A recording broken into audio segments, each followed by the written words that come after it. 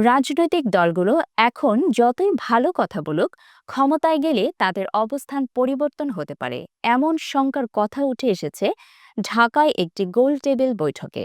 এ কারণে বক্তারা রাজনৈতিক সংস্কারের দাবিতে সবাইকে সোচ্চার হওয়ার আহ্বান জানিয়েছেন।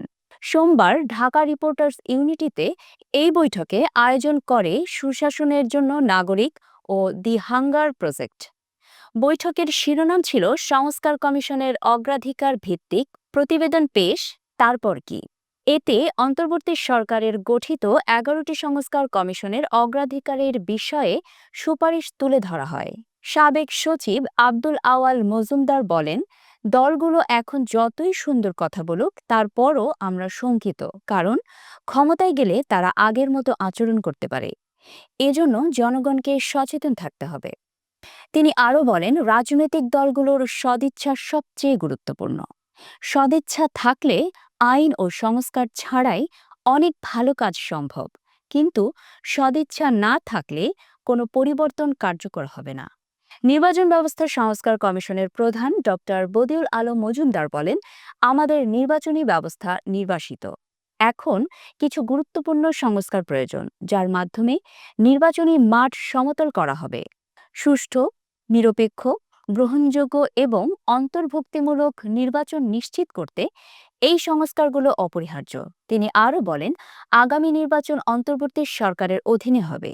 ইভিএম ব্যবহারের বিরোধিতা এবং না ভোটের বিধান যুক্ত করার প্রস্তাবও দেওয়া হয়েছে। স্থানীয় সরকার সংস্কার কমিশনের প্রধান ডক্টর তোফায়েল আহমেদ বলেন, আমরা স্থানীয় সরকারের জন্য একটি সমন্বিত আইনের খসড়া করেছি। জাতীয় নির্বাচন সংসদীয় পদ্ধতিতে হয়, কিন্তু স্থানীয় নির্বাচন রাষ্ট্রপতি শাসিত পদ্ধতিতে। এটি পরিবর্তন করতে হবে। তিনি আরও প্রস্তাব করেন, সরাসরি চেয়ারম্যান বা মেয়র নির্বাচিত হওয়ার পরিবর্তে সংসদীয় পদ্ধতির অধীনে সদস্য নির্বাচিত হওয়ার পর উচ্চতর পদে যাওয়ার সুযোগ থাকা উচিত।